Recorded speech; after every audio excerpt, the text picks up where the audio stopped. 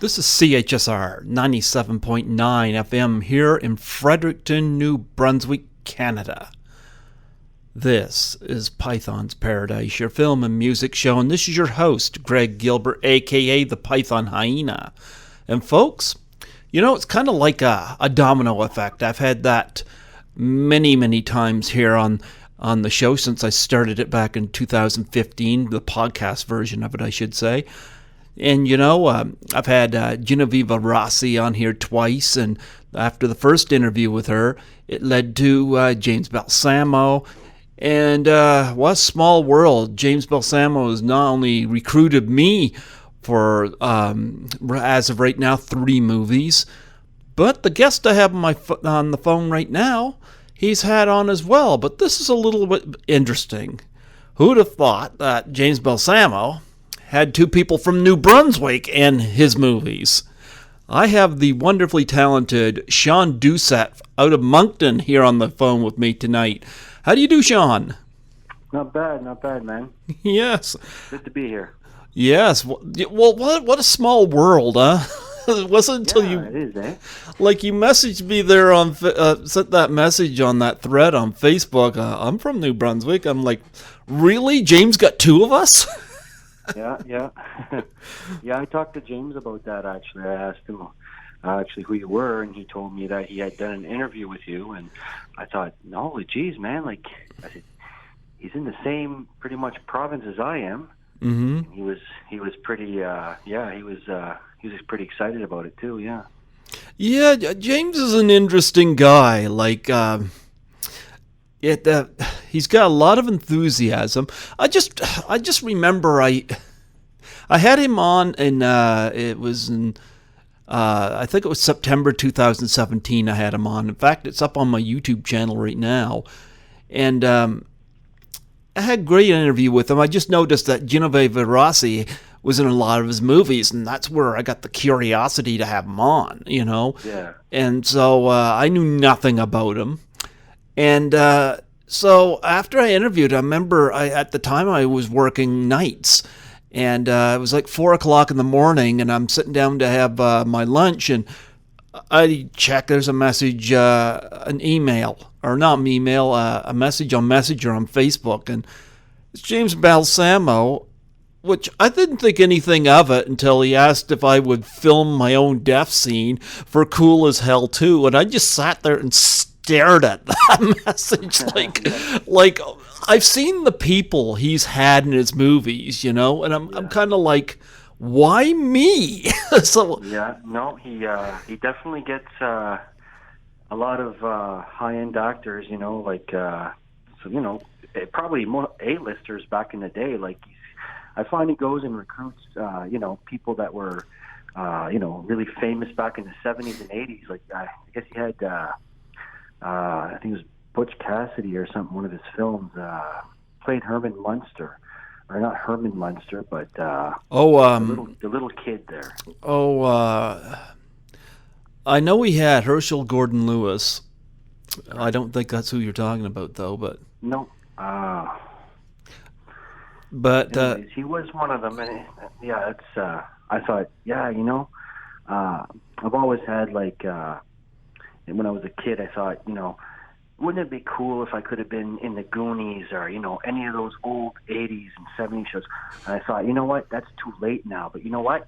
Something that's good. I can work with these actors now as they're older and still get that same feel.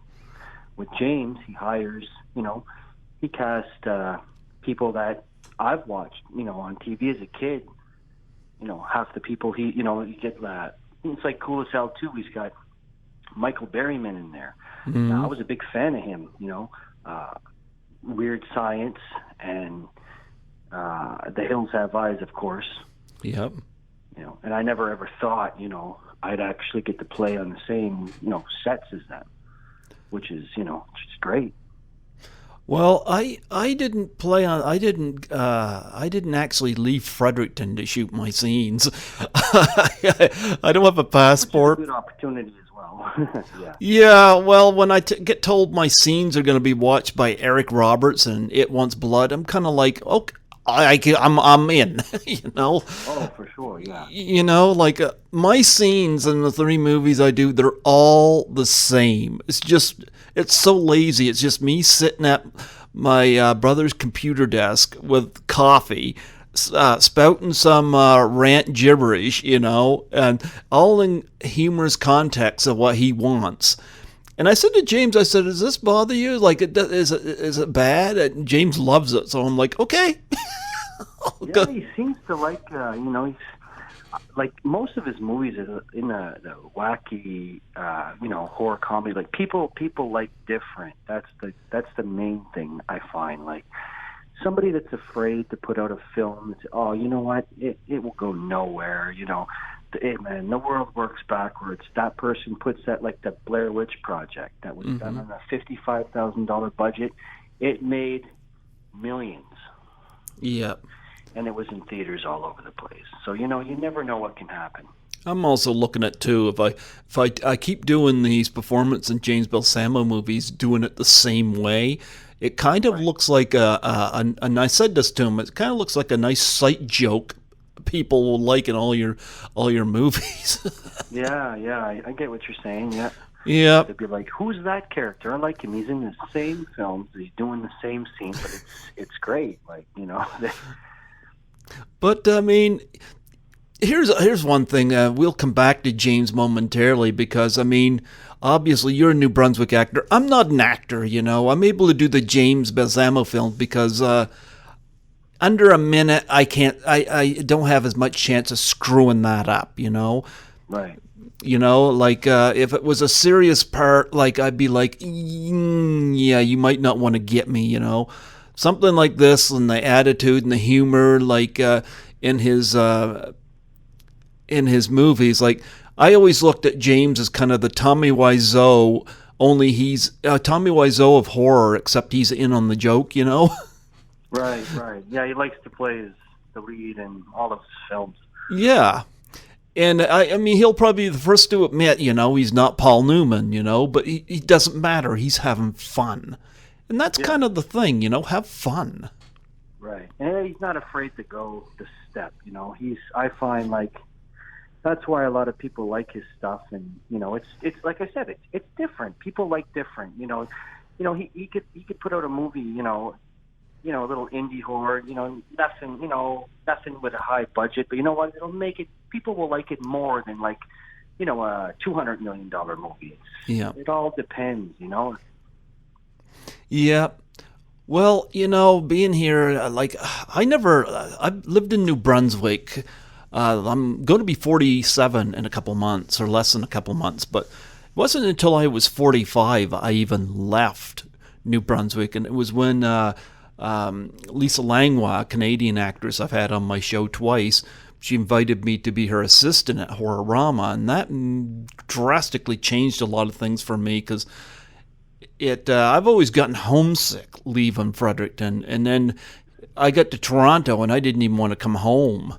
And and I've been to Toronto a couple times since, you know, and Lisa's since become a really good friend of mine, and but that allowed me to extend personally to other guests, and I had some business cards made and stuff like that, and I find now, like right now, I think your interview number 284 that I've done since 2015. So I'm kind of like I'm starting to branch out quite a bit here. So I don't know where this is going, but it's fun. Right. Well, yeah, exactly.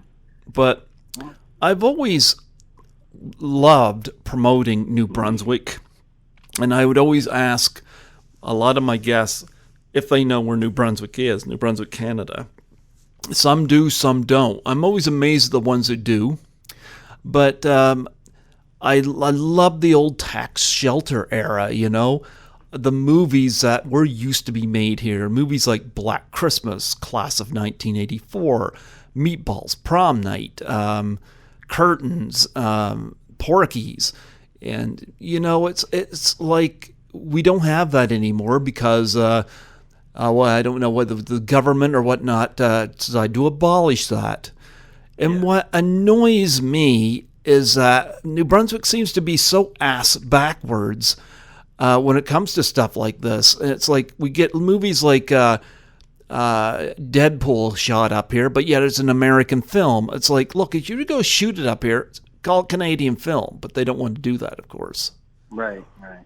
Yep. Yeah, no, it just seems like along, like, Fredericton.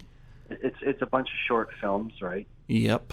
It's like a family, for them. Like, I mean, I shot at a small scene in Anonymous Zombies, Richard McQueen, and he cast me for one of the zombies, their character role. And I had fun with it. It was great. It's 2 days on set and have a really cool kill scene. But I mean, he's pretty serious at what he does. I mean, he brought it around, around the world. Won a few awards, and they're working on more films. So, well, I just recently, actually, it was late last year. I'm now a co-producer on 13 Fanboy, which is the Friday the 13th spinoff that's Debbie Sue Voorhees is directing, and I've interviewed a lot of people from the Friday the 13th franchise, so it's kind of nice. I'm not starring in it. My picture is going to be seen on the wall or someplace in it, though. But nonetheless, I'm happy to be connected with that. But here again is what brings a frustration to be in Fredericton. I'm going to try not to walk all over any business here in town because it's not what I want to do. Right. I don't want to burn bridges, but they might have burned one with me nonetheless. But I approached an organization that's into making films. I made a call, and I said that actually I was trying to figure out whether I wanted to be a co-producer or an associate producer on 13th Fanboy. And I came away like, I think I'll be a co-producer. It just looks better on the resume. And but I asked them, I said, do you think this will play here in the film festival that's local here? And of course, he said, well, if you're not starring in it, no. And like, they weren't interested. And I'm like, well, Joe Medjuck was not in Ghostbusters, and yet he didn't star in Ghostbusters, yet you guys had him here, So I'm going to admit, I cut ties with him right there. I was really pissed. This movie is going to open in Los Angeles, but it's like, I just basically, by putting my name on that, gave the Friday the 13th franchise a New Brunswick connection. And I just felt like I was just given the finger by these people. I have no respect for them anymore because they will go out of their way to make movies that nobody's going to see, unfortunately. Yep, I've been a part of one back in 2008. Yeah, like I said, for me, it's, go big or go home. Yep. And I mean, look at Robert Maya. I mean, he's a great guy, really nice. He was in Deadpool too. And you think they would play that? Probably not. Nope. But it's just the same thing every year. Like I remember the year in 2017, Lisa Langlois invited me to assist her at Horrorama. Well, at the film festival that year, they had a list of movies that are going to be screening there, and all I could think of is like, I could pay a VIP and go to the local film festival and pay to see people I could see for free at the coffee shop, or I could go to Toronto, spend some money, and see people from movies I actually want to talk about and people I actually want to talk to. And then, of course, I get accused of not supporting the local acts. But you know what? Get your effing product out there, and you might get some support. Yeah. Well, we like I said, we talked about, we lack producers up here. People are afraid. It's like, to... Like me, I'm the type of guy, like, if I had all kinds of money, I'd go grab, a known actor, bring him up here. Can you imagine the media, the press, they'd be all over us. What's this actor doing here in Moncton? Mm-hmm. And that's the whole idea. Well, you don't necessarily have to have a big-name star, but But you get somebody that has done things, but you also got to have a script as well. I don't know, and I've seen some good stuff shot up here. Don't get me wrong. Like I remember seeing The Takeaway Bride that was shot up here back in the day, and I actually really enjoyed that. But like, where is it now? And that's the thing, And I would like to see New Brunswick get more out there, and it's like it just doesn't seem to be happening. And I don't know how much fault that is of the government. But I remember one year, and I think Catherine Isabel was in a film that was shot somewhere handy to here, and I said to one of the people from that organization that I won't remain nameless on here because, I don't want to step on toes, but I said, this was back in the day, this would have been about over a decade ago now, and I said, why not bring Catherine Isabel here? People bring their Ginger Snaps DVDs and meet her, and it would bring in a bigger crowd to the event. And it was like, it costs too much to bring her in, and blah blah blah. It's like excuse my language, but it's like, fuck you. It cost me money to go to Toronto, but I tell you one thing, I went back, and I'm going back again this fall for 2 weeks. Exactly. Yeah. No, you know what? She might be even happy to come up here. Like they're trying to make their own decisions. They don't know till they ask. Yep. It's not all, I mean. So it's like, I'm not going to go to a film festival, pay money to see people I could see at the coffee shop. Now that, right. Yep, where I can go and I can actually meet people from movies I actually want to meet, so. Yep. But I mean, there have been some good stuff shot up here. You were in Dog Pound, which didn't have what you call stars in it, but I did see that at the local film festival, and I actually liked it. Yeah, I wasn't really a big fan of it, but yeah, it was fun to make. I was on set for about maybe 8 days, but yeah. It was great. And I know your name is on American Sunset. Yeah, I actually had a little speaking role in that, but you know what? They cut it out. Yeah. But I had a fight scene, like a little kind of a pushing and shoving match with Frank Molina. Mm-hmm. And they actually cut that part out. Yeah, I can still be seen in the film, but not as much as I expected. But I mean, that's the way the business goes, right? So. Yeah. Well, I've actually had, I was going to have coffee with Jackie Giroux. She wanted me up for her next film. But I mean, it's like, it was more empty promises, kind of like Hollywood, and it never ended up happening. She left back to Los Angeles and kind of lost track, so.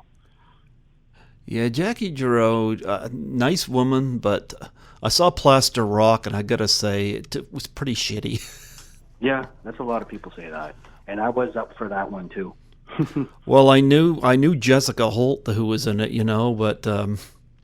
but it's like, and I knew, I'm trying to think of the lead actor in it. Lead actor is actually really good. Was it Lalacia, Steve Railsback's daughter? No, okay. No, I'm talking about the lead actor, the guy that was chained. The guy that was chained down on the table. Oh, I can't remember his name off the top of my head, too. And I actually thought he did a good job. And I think I've seen some of his stuff. He's actually a really good actor. And his name is escaping me right now. And I'm kicking myself. But nonetheless, I didn't care much for that movie. But nothing against Jackie Giroux. But when I see a killer saw down a tree in front of a truck, or what, if I remember the scene right. It's like, how did the killer know that they were going to, like, he saws this tree down, like, the perfect timing. Oh, you happen to have a saw? Yeah, no. Yeah, her movies are, like I said, I never actually seen Plaster Rock, but, like, I heard a lot of reviews about it. It wasn't the best. Nope. No, it was not. So maybe it's a good thing I wasn't in that one. Yeah, it was a good thing. Yeah, it was not exactly Fredericton's finest. No. But nonetheless, as far as American Sunset go, I got to admit that got a lot of negative reviews too. But I actually liked it. And Yeah, it wasn't a bad movie. Yep, I've met Angela Collins. So What is she doing now? I don't even think. I think she's out in Toronto or L.A. I checked out her IMDb. She's done nothing after American Sunset, or The Hostage Game, aka what they like to call it. But I think they switched it back, anyways. Yeah, I don't know what else she's doing. Did you meet Corey Haim? Briefly, it was at where he was staying at the hotel there. They actually tore it down at Colonial Inn. Met him there. Nice guy. Corey Haim, I didn't meet him, but I gotta say that was an example of somebody who's was once a big star in the 80s, and I think it was smart that they brought somebody like that into a movie. Oh, for sure. You know, and I did like it. I actually thought it was well done. The reviews have been horrible, but I don't know. I thought there was some really good twists and turns in it. I like what they did with who's it? Frank Molina? Frank Molina. Yeah, I like what they did with his character in it. I think they did some really good stuff in it, so I liked it. So, I mean, I'm not trying to shit all over New Brunswick product here, but it's kind of like, and I hear this not just in film. I hear this even in other businesses. It's like New Brunswick just seems to be the last to do anything, and I don't know what the hesitation is. Right. Yeah. But nonetheless, we are part of the James Balsamo universe, and no, yeah. Well, you know what? It's going to take somebody with balls that has to do something up here, and you know what? I think that eventually might be just me. Well, but there we're you just going to have to wait and see. Yeah. Well, you know, I do know, like, Paul Lynch, who's the director of Prom Night, he filmed Frozen with Fear with Bo Derek up here.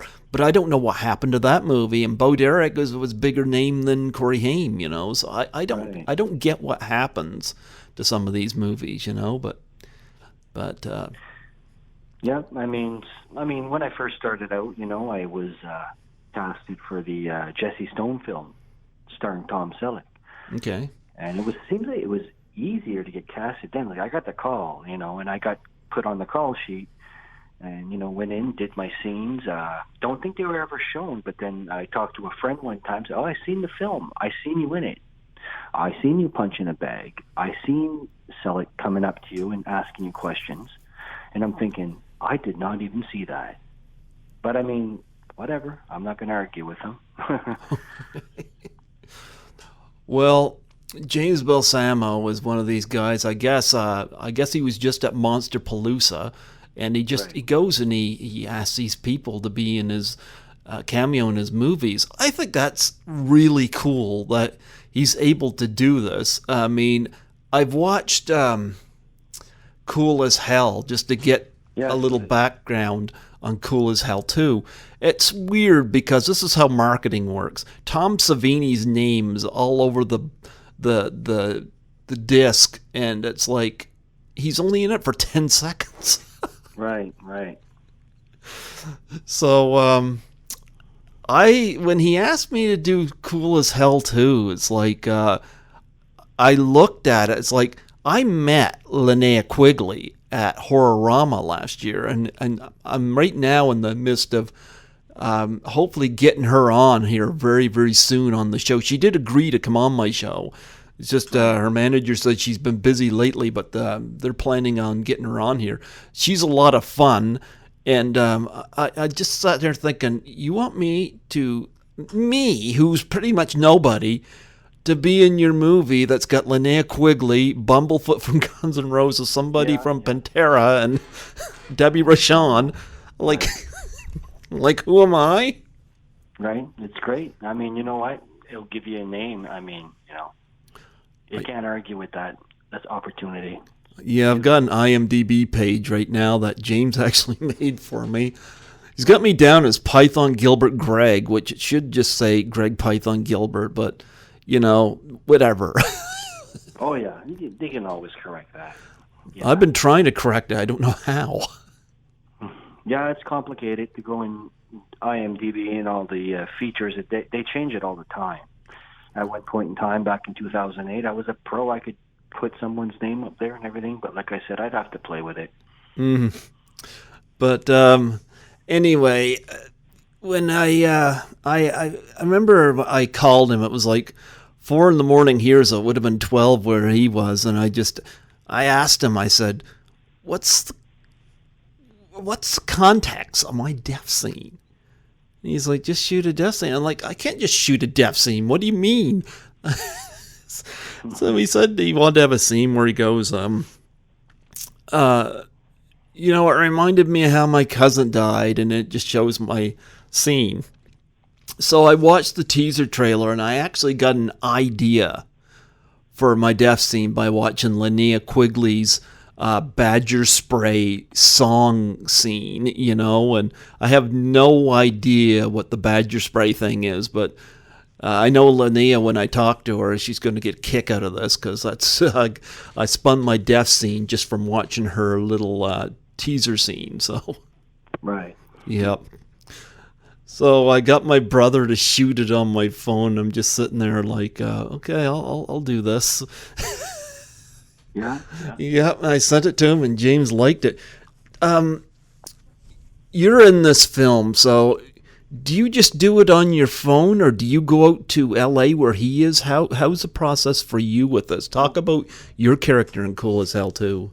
This one here, we actually shot with Phil Auger.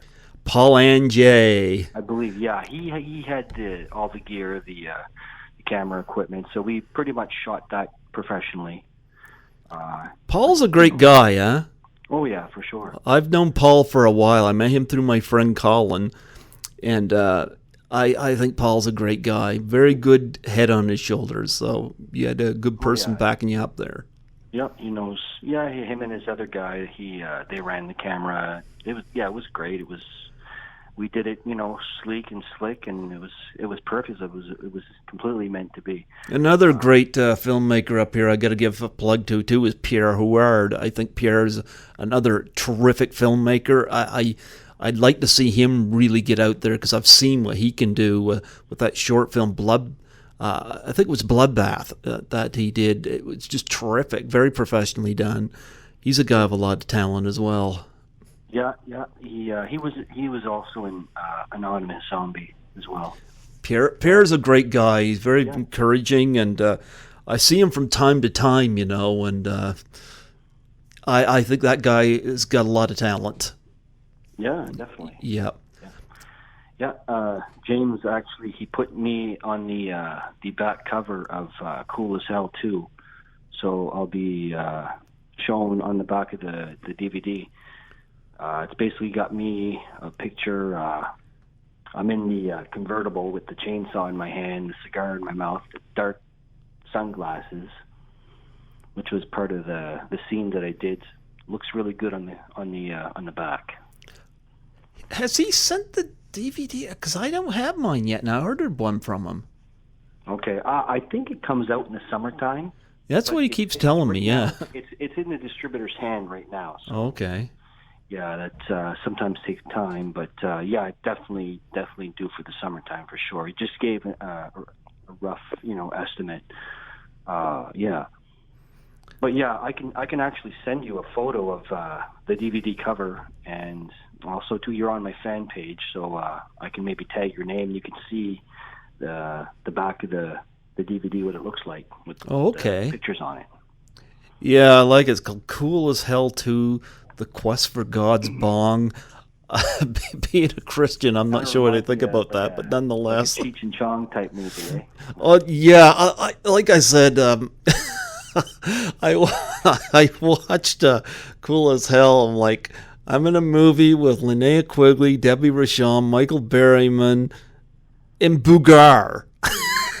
Oh, yeah. Yeah, that's definitely interesting. Yeah, Boogar is in this with his one-eyed snot, talking Yeah, snot. yeah, And of course, as the demon. right.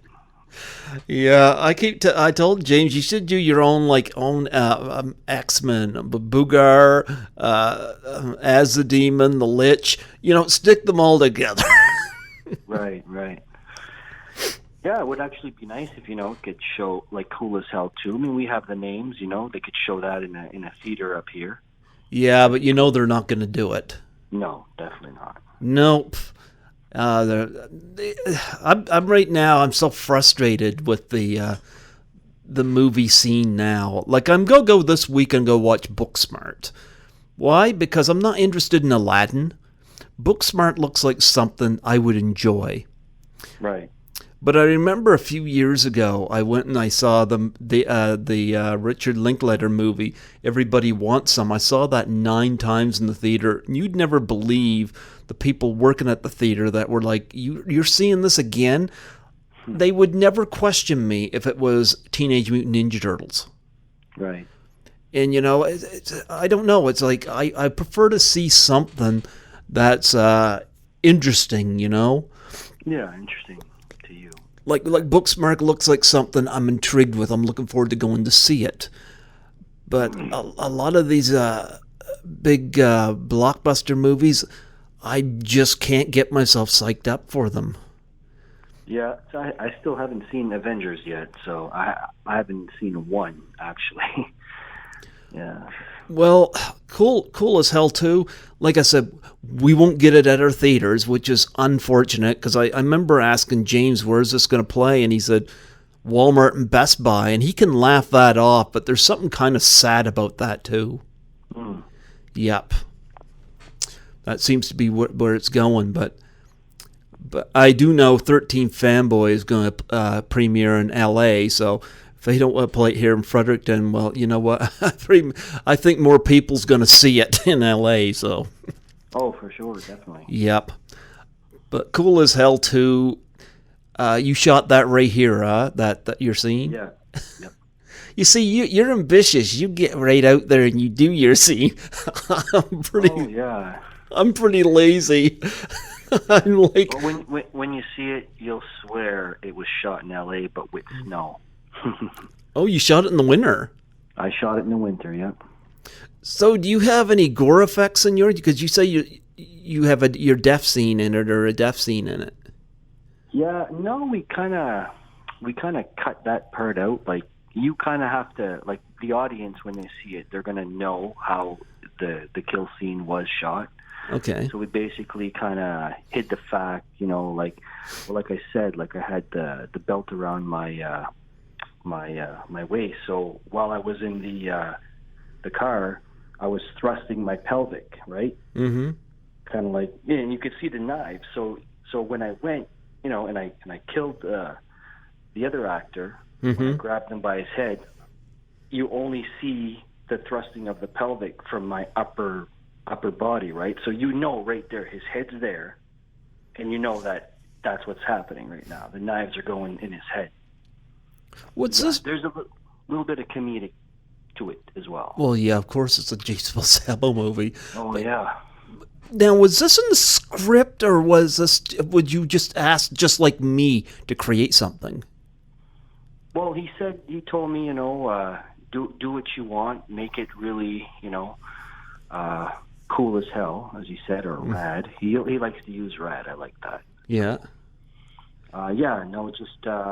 Basically he gave me the opportunity to write my own screenplay out, and that's what I want to do. That's what I wanted to do.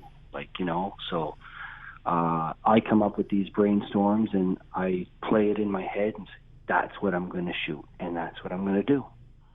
Okay. Basically, yeah, it was like magic. Yes. Well, cool as hell too. I'm gonna click that on here because like I said, there's a lot of interesting people that are going to be in this project, and hopefully, maybe it might see the light of day here. like I said, I've seen a few projects, and I'm going to tell you, probably one of the better films I've seen that was shot in and around here in a long time was Gia Milani's All the Wrong Reasons. Did you see that? I know what it is. I haven't seen it, no. I enjoyed that. I had her on here for the film's 5-year anniversary. There was an example of a film that had a very low budget, but it looked very slick and it looked very well done. And I believe I seen that at Walmart. I'd like to get it on Blu-ray. I even told James this. I was like, you got to get your stuff on Blu-ray. I already talked to him about that, and he said that's next. So from his first film, Hat Job, I believe, that's going to go on Blu-ray, and it's going to work its way down. Okay.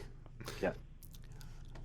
Now, I'm just looking up the cast here because he uses a lot of the same people too. Let's face it, if you watched Cool as Hell Frank Mullen as Sal. Yeah. That guy's always angry. Yeah. I told James, I said, next year I will shoot up to L.A. and, I said, we'll get together, we'll make a movie, if that's what's happening in your neck of the woods. I even asked him if he would consider shooting a film up here. Now, I told him there's great locations, there's the Gorge Road Pit. I'm going to actually go down there in the summertime, and I'm going to do take some pictures and do a little video of the whole area. Be great for a horror movie. Mm-hmm. So we're definitely gonna talk. Okay. Yeah. Well, you're an actor. I'm not. So I try to limit what I do in these movies. So because when you're not an actor, you don't want to unintentionally sabotage somebody's film. But his movies have got that spirit where I can't ruin it. Yeah, which is great. Yep, and I'm honored that he asked me. Like, I'm thrilled. But looking down through here, like he's worked with Dave Stein, who of course is in This Is the Lich, Billy Walshin as the demon, and of course Boogar. Right. Michael Berryman playing the devil. And we have, of course, Linnea Quigley. We have Schoolie D, he's in this. Yep. Yeah. I don't see him listed, but I know in the trailer, wrestler Nikolai Volkov, before he passed away, he's supposed to be in this. Yep. I said to him, you got to get the Iron Sheik. God, he'd be insane to work with. That guy's a nut. Yeah. Debbie Rochon, Catherine Parks of Friday the 13th Part 3. Well, he had people from Nightmare. He had actors from Tuesday Nightmare on Night. Elm Street. Yep. And Friday the 13th Part 3, my favorite one. I have interviewed David Cadams and Tracy Savage from Friday the 13th Part 3, and when I mentioned in 13 Fanboy that my picture is going to be in the movie, it's going to be in a scene with Tracy Savage, so I'm quite excited about that. Nice. Yep, that was one of the perks, and I was like, I'll go with that. But you got a lot of Lloyd Kaufman's making an appearance in this. Oh, he's got about 500 movies under his belt. Yeah, I have got to reach in anything him. I have got to reach out to him. Right. Yep. So, we've got a long cast of people, and of course, right down at the bottom as Tara, Genevieve Rossi, who's been in so many Balsamo movies. Yeah. So, I just had her on for the second time this year. And long list of associate producers, and of course, are you associate producer on Cool as Hell too? Yeah. Because I know I am. Yeah, I'm looking down through here. Oh, I see you. Yeah, a lot of associate producers. Yeah, and that's actually interesting because, again, it looks good on the resume. Yeah. So how long is your scene? Roughly, it took about maybe 2 hours to shoot it. Mm-hmm. We were pretty organized. 2 minutes, I would say. Okay. Yep. Wow, that is pretty awesome. And yeah, I'm looking forward to seeing the finished product. Right. And it's like with the other films I did with Balsamo. I mean, I played different characters, but it's me. Mm-hmm. But I totally played totally different characters, thinking, wow, like this guy, like he can act, you know. I don't like to boast about myself or anything, but like I watched my stuff and my buddies, and they've all said like, wow, that's not you. So I'll just keep going. Oh, I guarantee you're a better actor than me. And I'm not saying that to slap myself in the face. It's just, you know, right. you're an actor, you know. I'm making an appearance. So I remember I asked James Balsamo too, because I throw a charity challenge out to people, and I did this with the people from 13 Fanboy, and I've had a few of my guests do this. I said to James, I said, look, I said, since I'm I'm financially involved with this movie, so I said to James, I said, look, why don't you do a Doubtfire face challenge for suicide and depression? And that involved, of course, videoing yourself taking a pie in the face, and you nominate 3 people. And I've had a few of my guests, including Lisa Langlois and of Class of 1984, and Nancy McLaughlin from Friday the 13th Part 6. She did it in front of some of the props from the movie. Nah. Yep. So I said to James, I said, would you do one of these? And I said, nominate some of the people in your movie. And so James did one. I haven't got it up yet, though, but I'm going to put it up. But he did one. And he nominated... I think it was Debbie Rochon and Genevieve. I know he nominated her because they've done so many things. But I said to James, I said, do one of these, and I said that'd be because I know I'm not going to make any money off it. So I said, just do one of these, and so I'm going to be putting that up here eventually here soon. So right, eh? Yep. Yeah, James. I find he's one of the nicest I've ever worked with and met. You know, just really, really, you know, compassionate what he does. He's, like I say, he's probably one of the favoritist ones I would have, you know, I would always work for him, definitely.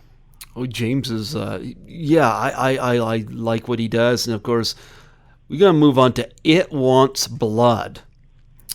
Right. Yeah, I remember after I was done Cool as Hell 2, I said, you got any other projects you want me to be involved in? He said, yeah, It Wants Blood. He told me, his instructions to me was to shoot 2 different scenes, and he told me he wanted me to play this city councilman, Hank Mertz. Right. And he told me what he wanted me to do in scene 1 and what he wanted me to say in scene 2. And he wanted me to wear different shirt and tie or whatever. I didn't wear a tie, but I got the gist of what he wanted. Right. And then he mentions they're going to be watched by Eric Roberts, and I was like, wow, the guy who was in Star 80. I'm like, you know what? I'm in. Yeah.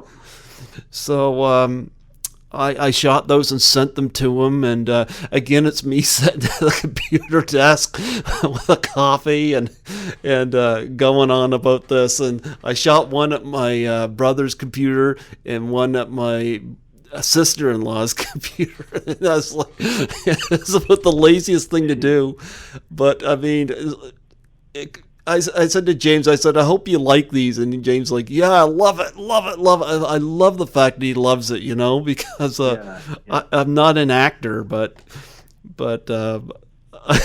you can even see me in one of the clip, like I'm looking up, like I'm so unfocused. But nonetheless, I was able to laugh at the footage that my brother shot of me. Anyway, James liked it, so I'm playing this councilman, and I won't get into specifics of the scene because the movie's not out yet. But right. I think it's funny. I'm in a scene with Eric Roberts, and I didn't even have to leave my city to do it. Yeah, opportunity, exactly. So talk about your scene in It Wants Blood. Yeah, it was pretty much the same idea. Like I had shot 2 different scenes, a little more difficult with what I did. I had an actual boat in one of the scenes, like a speedboat. Okay. So we really went all out. I'm not going to say too much more about it. It's all right. I want to leave it as a surprise, but yeah, it's definitely hilarious. Okay. James, how he described it, he said, "You know what?" He said, "This is epic." So I said, "Good. I'm glad you like it." Yeah. Well, again, you're an actor. You're not going to do like I do, or you're just sitting at a thing. And I'm always just hoping that James likes it, because it's kind of like me. Like, I don't go too big because, I'm not Tom Cruise. I mean, I've seen like you're clipping Dog Pound. I've seen stuff on you online. It's like you're a performer. Right. I'm not. So, I expect you to go bigger, So, I like the fact you got a speedboat in one. What's your other scene, without going too specific? It's pretty much just like in an office type of setting. Okay. Yeah. There's a very comical part, I'll say a comical piece as well. But like I said, save it for the movie. It's going to be... Is Eric Roberts going to be watching your scenes? Not 100% sure. I think in one. I think it's confusing how he said that. Like, maybe Eric Roberts watches the TV and sees different scenes, from different people, and then it's just, like I said, we're going to have to watch the movie. Like, I've shot films before, and when I actually watched the movie, they used that scene there, and when I shot that, it was like, wow, the way they put it together. Well, totally with me, he wanted me to share a specific opinion in one scene, and then later on, when I'm in different clothes, I share the opposite opinion of said subject, So I think I did a decent job for what I was asked. Huh? Yeah, I'm sure you did. I kept it under a minute, and... Yeah. But, I'm looking at the cast again. Eric Roberts, Ola Ray, like from the Thriller video, for crying out loud. Yeah, that's awesome. And then I'm seeing a lot of this Michaela Moody, who he's gotten a lot of his, seems to have all through this movie. Right. Felissa Rose from Sleepaway Camp is in this. Yep. Tommy Frohlan, who I'm just coming to know who he is through his movies. He's one of these people who added me on Facebook. I didn't know who he was, but we had a lot of friends in common. But I guess he's also, like you and I, who's a regular guy, but he kind of likes to do the acting thing as well. Right. Yeah, I noticed that too. Ever since I did some of James' films, I honestly get about 50 to 100 friend requests every day. And they're all mutual friends with James Balsamo and Troy Froman from Saved by the Bell, which is a good friend of mine. We're supposed to do a project together, but I have to. Oh, Troy Froman. Did I call him Tony? Troy Froman. Troy Froman, yeah. Yep, played Ox on Saved by the Bell. Okay. Right. And then, of course, Tuesday Night is in this one, too. She's in Cool as Hell, too, as well. Yeah. I didn't notice. She's in 2 movies with her, and I haven't even had her on the show yet. I better get on that. Idea. Yeah. Now, this one doesn't have as many associate producers on. You're not an associate producer on this one, huh? On which one? It Wants Blood. Yeah. I don't think I took it though. I just, straight up cast. To me, that doesn't really fizz me. Okay. But when I was talking to James, I asked him. I said, "Listen," I said, so I'm trying to ask him for some of my favorite actors. I said, "Listen," I said, "on your next film, you should consider maybe hiring Danny Bonaducci from the Partridge Family. He'd be pretty wild to work with." He said, "I'm on it." He says, "I agree." So you know what? Maybe. You think he'll get the Iron Sheik? Right. If he can, he'll do it. I believe he's a go-getter. Yeah. Well, I had scenes for the Catch of the Day 2. I actually did a scene with Gary the Retard from the Howard Stern Show. And James was so fascinated, so excited about it, that he posted it on Facebook showing Gary signing his contract, his release form. You actually did the scene with him? Yeah, okay, first of all, I'll tell you, it wasn't easy because Gary has his, I don't know if it's his manager but he's got somebody that helps him out, takes him to the Stern Show and they travel together. Mm-hmm. Gary he can do so much, right? Mm-hmm. But, his comedy's insane. He does run his radio show. Basically, I had to talk to Gary, and I've talked to him before. And I just said, go with the flow, and, we're going to do a little scene. I had to explain to him what we were going to do. And you know what? Once again, it worked out. Boom, magic. It worked out perfectly. And when James was quite excited, he's looking forward to that. So Gary gets his IMDb as well, which Gary does have his IMDb. He will be added to the cast. He was also in a film with Corey Feldman. Oh, wow. Yep. Well, I don't know how big the role was, but I mean, he's. I'd say Gary's he's a household name. I mean, if you're affiliated with Howard Stern, people know who you are. I love the Howard Stern Show. I think he's the greatest interviewer I can think of. And I interviewed Amber Smith, who was cameoed in Private Parts, and we talked about her working with Howard, and she had good things to say about him. But I listen to the Howard Stern Show all the time. My favorite whack packer, you don't hear from anymore, was John the Stutterer. Oh, yeah. Not Stuttering John, but John the Stutterer. Okay. Yep. But they started calling Gary the Retard Gary the Conqueror. Conqueror. Yeah, because the term retard, of course, is deemed offensive, and of course Wendy the Retard got called now Wendy the Slow Adult. Right. Oh, Gary loves it. I mean, I talked to him on the phone probably about a week and a half ago, and just when discussing the scene, and I actually mentioned that. I said, "Didn't they used to call you Gary the Retard in the scene?" And he said, "Yeah, that's right, that's correct." Oh, it was hilarious. It's going to fit well in the film, definitely. Well, I think James lucked out by getting Gary because most of the whack packers, I'm not being paid to do this, Right. but I'm honored to do it. I'm honored that James would even ask me. But I'll say this, most of the whack packers, and I've seen them do this with Howard countless times. Right. Because if they do it with Howard, they do it with James, and they do it with me.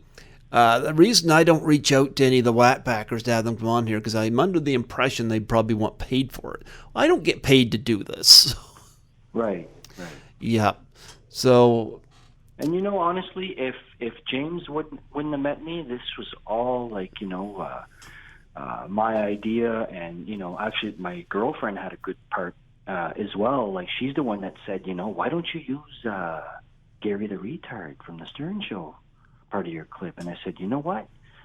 A little light bulb appeared in my head, and I thought, you know what? That could actually work. But then I thought, so go ahead. I was going to say, how did you meet him? I thought you met him through James.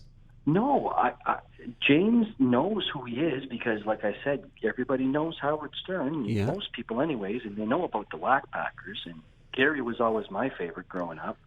And just meeting him on Facebook and getting to talk, getting a good relationship with his manager, and me and him, we talk all the time. And we've already discussed, maybe we can have Gary come up here and do a radio show.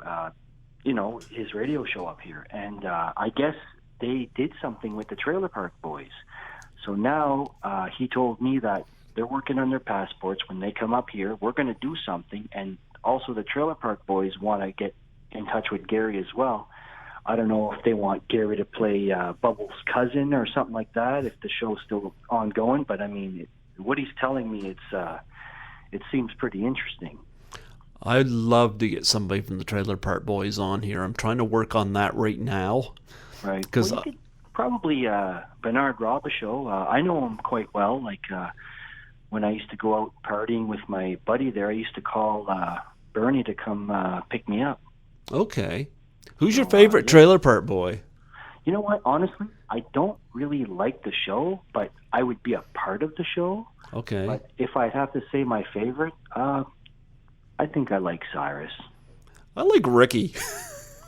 Ricky's pretty funny too. Yeah, he's from Moncton, so. Yeah, yep. I like Ricky. I often, if anybody doesn't know where we are, I'd always ask guests if they were familiar with the Trailer Park Boys, So. Yeah. Yeah, because I think they're kind of our. Correct me if I'm wrong. What are they? Our biggest celebrities from here? Yeah. So I promote them pretty heavily, but I'm in touch. They get people in too. Like they had Tom Green, they had Snoop Dogg. I mean, their connections, they're pretty powerful now, for sure, definitely. Like I said, with Gary the Retard, they liked him, and they're supposed to be doing something together. I don't know what they're supposed to be doing, but I'll find out. Well, I know one thing. There's this group out there called Movie Guide. I can't stand them. They think anything with Kirk Cameron or Pure Flix is like a 4-star movie, and like I got a newsflash for them. But I remember they were attacking The Wolf of Wall Street because of its number of profanities. And I got on their site, and I had to correct them. I said, look, Wolf of Wall Street does not have the most profanities. I said, Swearing at the movie has 935 F-bombs. Stop ignoring it because it's Canadian. Right. Yep. So, nonetheless, I hold that up pretty high. Yeah, for sure. Yeah. But I didn't see that one yet, but yeah, I heard of it. Well, you know what? I saw that with somebody, and the person that saw it with me told me he only saw it because he said that he said, I'm going to be wasting my money. And he could not believe how much I laughed at it. Yeah. Yep. Yeah, it's the stupid humor. Like it's funny. You're gonna laugh. If it's stupid, you're gonna laugh. Mm-hmm. Yep. So So no, you're gonna be working with Gary the Conqueror, and Catch of the Day too. And I guess that's not up here on IMDb yet. He said soon. Yeah. Did you know who was in the first one? Yeah, and that Jake the Snake Roberts is one of my favorite wrestlers. Yeah, and Jason Mewes. Jason Mewes. That's insane. That was. How did you get him? But you know what? Probably was, very easy for him. Well, I haven't done a whole lot of wrestling on here. I did have the son and daughter of Rowdy Roddy Piper come on here in tribute to him. Right. Yep. And I've had Piper's daughter on again this year to talk about her music. But, Jake being in the first one, that was definitely an influence for me wanting to be in the second one. But I said to James, I said, is Gary the Conqueror your biggest celebrity in the second one? Because you actually asked him that? Yeah, I asked him that. What did he say? He just LOL. Yeah. Oh, James knows I'm joking around with him, but yeah. But I don't know You who. gotta think too, like me, guy from Moncton. I've come a long way, and I've gotten Gary for this scene, and it all worked out. And and people, some of them are amazed up here, like okay, first question, how did you do that? Mm-hmm. Well, I just, it just happened. Oh, I'm not talking down about Gary the Conqueror, but he's not Jake the Snake Roberts or Jason Mewes. You get what I'm saying? Oh, for sure. Yeah. Exactly. I think it's cool that I'm going to be in this movie that he's going to be in. But so, where did you do the scene with him? I was actually, it was in Moncton. You had him out to Moncton? No, he wasn't in Moncton. The scene was, I was calling into a show, and I figured, well, him being somewhat of a radio personality, that's why I used him. So basically, I had basically called him, and it was on not speakerphone, but you could actually see him. Oh, okay, like a Skype thing. Right. And we did and it was basically like a scene, like I called the wrong number and I ended up calling Gary by accident. So we kind of went with the flow. And yeah, it turned out great. That's funny. Well, gee, I didn't know that you had that connection. That is pretty awesome. Yeah. So, you just got the one scene for Catch of the Day too? Yeah, just the one. Yeah, But it was 2 minutes. It was 2 minutes and 13 seconds long. So it's it'll make an impact, I'm sure. Yeah, well, it sounds awesome. I did another one where again, basically what he asked me to do for my scene. Because I haven't seen the first Catch of the Day. I had to really dig to find Cool as Hell online, so just to familiarize myself with what I'm up for Cool as Hell too. But anyway, he said to me that he wanted me to talk to the camera and talk about being wrongfully arrested and abused by Officer Rod Davis, which is the Balsamo character. And he said, make it funny. And I'm like, okay, I'm on this.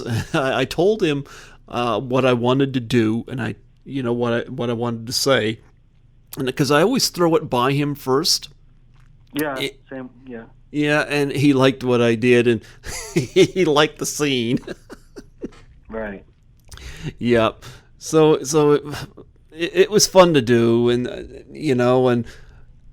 and I said to him, I almost feel guilty that my scenes are basically all the same. But then again, if somebody is really familiar with his films, it might be kind of fun compiling all my scenes of me just doing.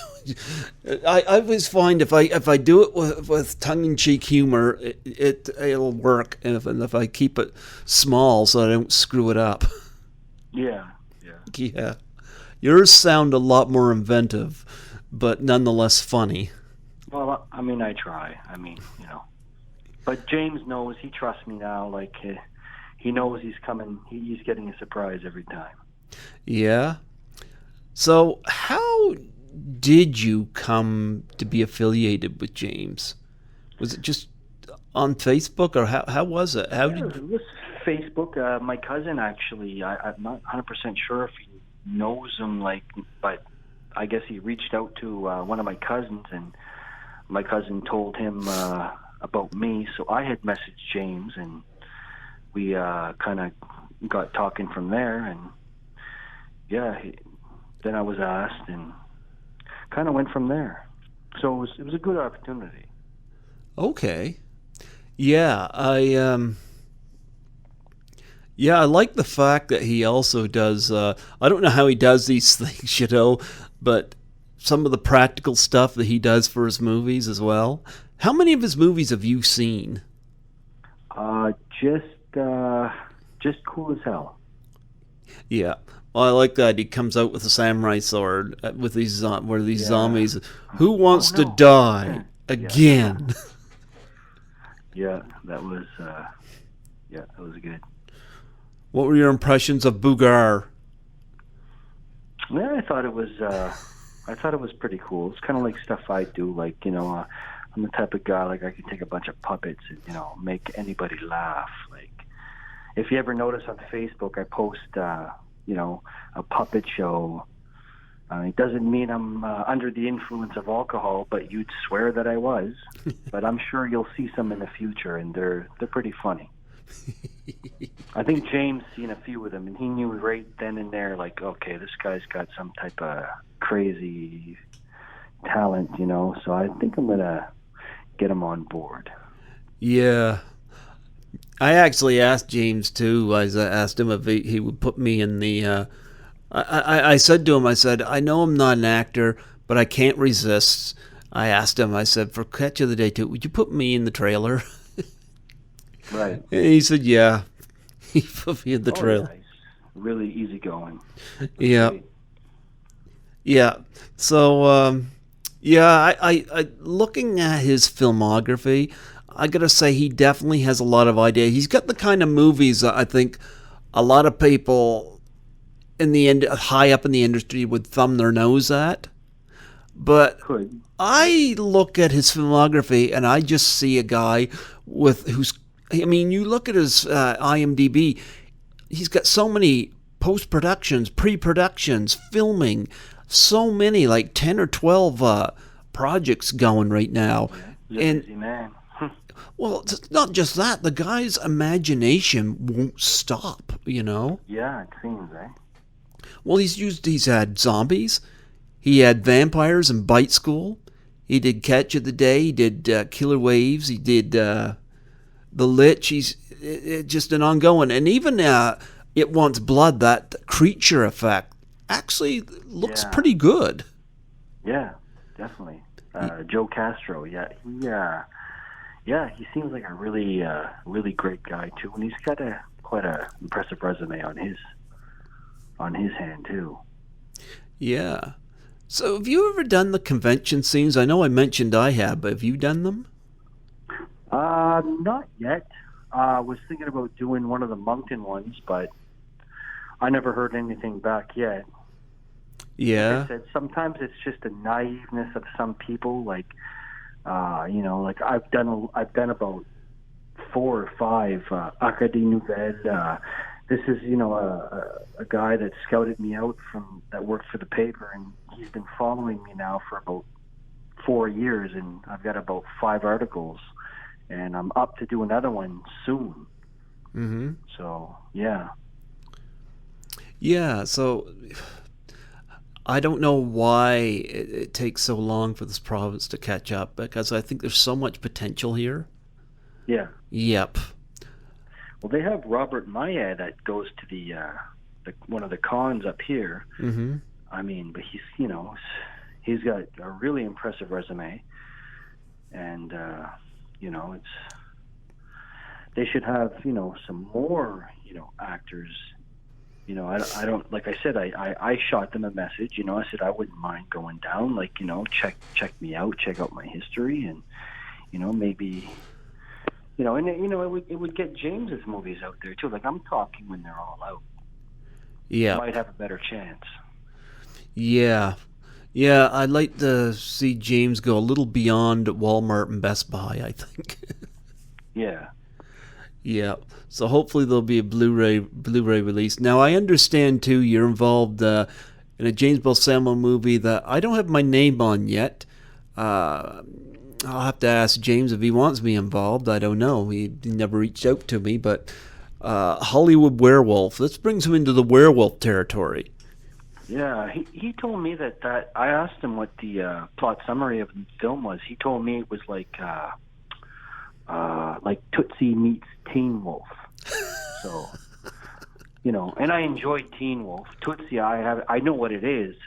It's fantastic. Dustin Hoffman's brilliant in it. Yeah, that's what he's describing that one as. So, mm-hmm. According to IMDb, he made me one of the leads because I'm the third one in, 3 stars, which is James, some other person, and myself. Have you shot anything for it yet? I shot that one, yeah. How big's your scene for that? Well, it's probably about maybe 2 clips, 2 minutes long each. Okay. In your third build? Yeah. Okay. Because if you notice the cast, starving actor, starving actor, starving actor, Mm-hmm. and you got James, his character name, my character name, the other person's character name. Oh, There's 4 oh characters. yes. Okay. I know what you're talking about now. I looked that up. Everybody's listed as a starving. Okay, I get what you're saying. Right. Okay. So, yeah, I'm looking forward to seeing what he does with that. Yeah, that one there, the scenes was kind of funny. I was actually acting as an actor in the movie. I had to film. I was like auditioning for a film called what was it now? Something like Attack of the Killer Avocados or something crazy like that. I actually had an avocado in my hand and I squashed it while I was doing the scene, and he loved it. So yeah. Well, I know. I don't know whether you do this or not. I know that to be involved in this movie, I know it cost me a little bit of money to be involved in it, Right. and so I have to kind of slow that down a little bit because it really bites into my budget. But I think maybe in July I might see what James has got coming up. Maybe do about 4 a year with him, one every 3 months. All it takes is my brother filming me doing shtick, and Exactly. yep, I think that'll work. So out of the ones you're involved with, which one do you anticipate the most? Probably Cool as Hell too. That's Okay. the one I'm most looking forward to. Okay. Yeah, because the scene's just insane. Like it's something people are going to definitely remember. Well, it sounds like you put some thought into it. What made you think of this? You know what? It just came to me. Okay. It's just I've got a wild imagination. When I was a kid, you didn't see me playing with toys.